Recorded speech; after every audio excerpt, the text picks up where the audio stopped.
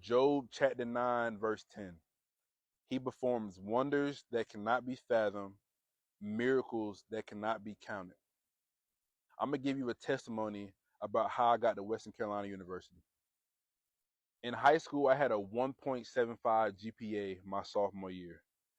I was just worried about football. I wasn't worried about no school, no academic, no sort of academic was in my importance at all until I had coaches come see me.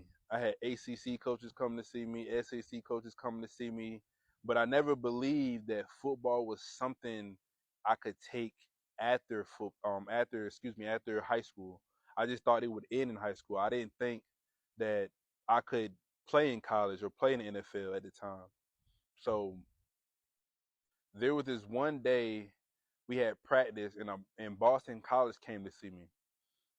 The coach at the time, he asked me to do some drills, and after the drills, he was like, "Man, you a certified D1 player, but the way your grades is set up, we can't promise you admission into the school." I'm like, "Dang." So after he told me that, I now saw that it was possible for me to play football beyond high school. So my junior year and my senior year, I take all core classes to get my core GPA up. At the time, the GPA requirement to play at a 4-year degree, at a 4-year university was 2.5. Eventually, my senior year, they ended up knocking it down to 2.3, and I got the 2.3 or 4. I got qualified, but the time I got qualified, it was so late in the recruiting class that all coaches and schools had finished the recruiting class, and there was no more scholarships on the line. So I ended up going JUCO. I ended up going JUCO to Lewisburg College, and I was coming off of an injury walking into Lewisburg College, and I come back for a game. I come back for a game. In the first game, I had 2 sacks, defensive player of the week, and I had a great game. The next game comes around, I don't play that much to the point where like it's kind of alarming. Like, I just did that, but I don't, why I didn't play, why I didn't play that much. So I come to the coach and I said, "Coach, what's up? Like, did I do something wrong? Like, what did I do?" He told me, "I forgot to put you in. You forgot to put me in." So he's like, "I'll get you next game." I said, "All right." So next game come around, I play less snaps than the second game. So I'm like, "Oh, now I feel like you're trying to play me," because at the time we had upperclassmen that was coming to check-ins late, coming to practice late, skipping practice, skipping class, and I'm doing all the opposite of that, and you rewarding them with playing time, but I'm not playing. I just had a great game. I just show you what I could do. So to me, I feel like he was trying to hinder the exposure that I would get. So college coaches wouldn't come get me. He would make me stay 2 years. At this time, the love of the game is going down. So I end up quitting. I said, "Man, like I'm not about to continue to bust my tail, continue to do everything right, come early, do everything extra, but you still playing somebody that don't care at all." I said, "Football just ain't for me." I said, "I'm gonna quit. I'm gonna go get a job. It's just done. It's just done." So I go back to my dorm maybe that night, and I'm emailing every coach in the country. When I tell you I emailed every coach in the country, the same message, copy and paste, I emailed every coach in the country. Lied to you not. Didn't hear nothing. Nothing. So I'm thinking, yeah, it's really over. It's really over. So there was one day I'm with my old teammates and we smoking at the time. We're smoking and something told me, check your Twitter. Check your Twitter. I checked my Twitter, and literally 5 to 8 minutes ago, my high school coach hits me up and was like, "Hey, a coach from Western Carolina is at the gym to come see you. Go down there now. I'm like, my heart sunk. So I'm just like, yo, like I'm high. I know I smell. So I changed my shirt, didn't even wash my hands, run down there. I see him, Coach Wiley. And Coach Wiley was like, what's up, man? How you doing? I said, I'm good. He was like, I heard you qualified. I said, yeah. He said, man, um, I'm proud of you, this and that.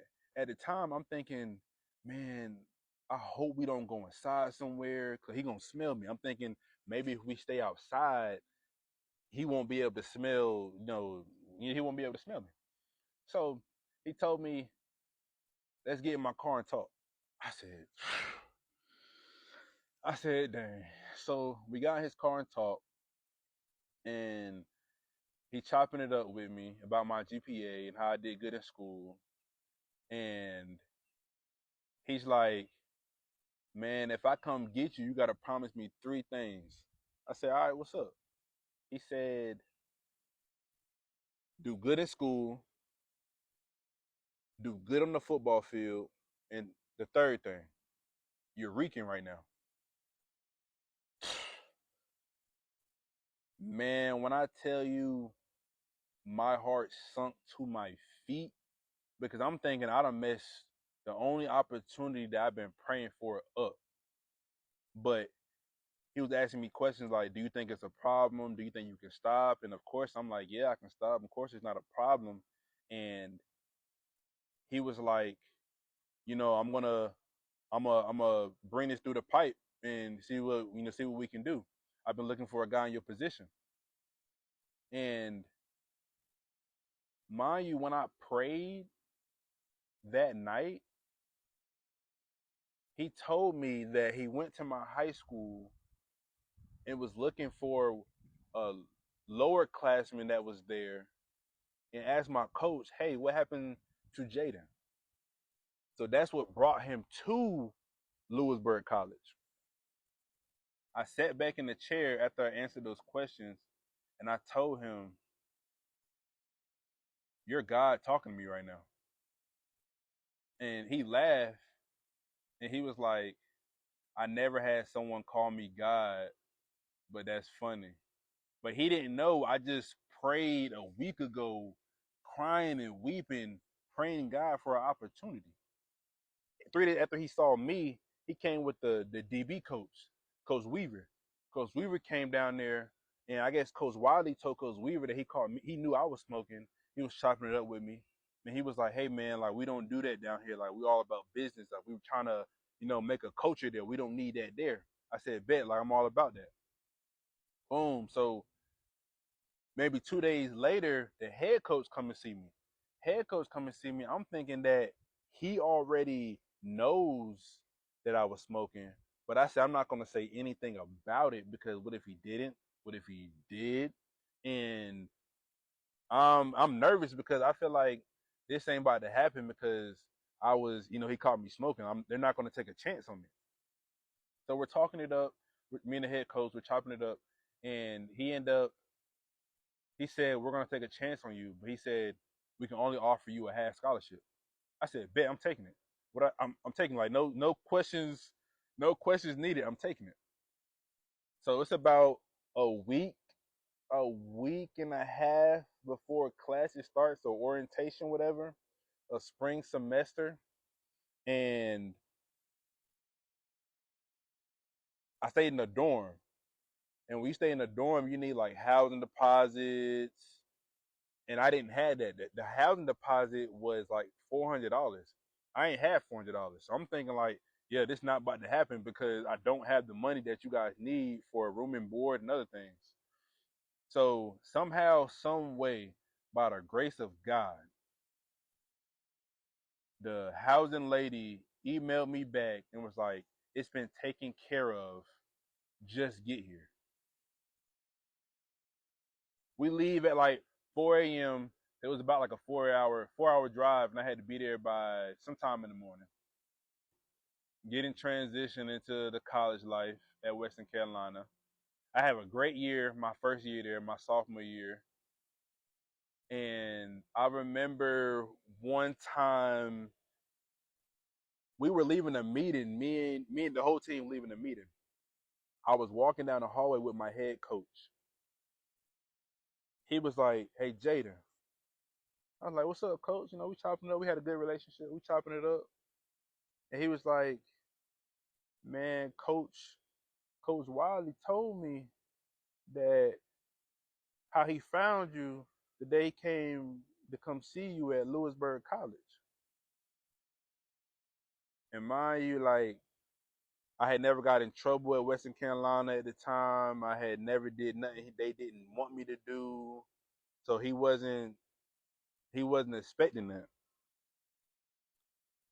He was like, if he would have told me that he knew you was smoking, that you smell like weed, he said, I would have never brought you here.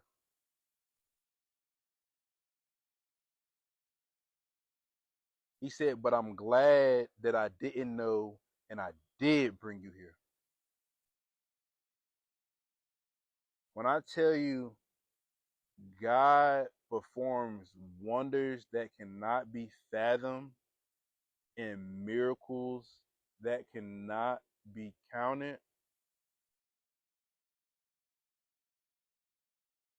I always keep that story so close to my heart because that's one of the most significant moments that I saw God act on my behalf. So, Job chapter 9, verse 10, he performs wonders that cannot be fathomed, miracles that cannot be counted. It is true. Drop your testimony down below that fits that scripture. God bless.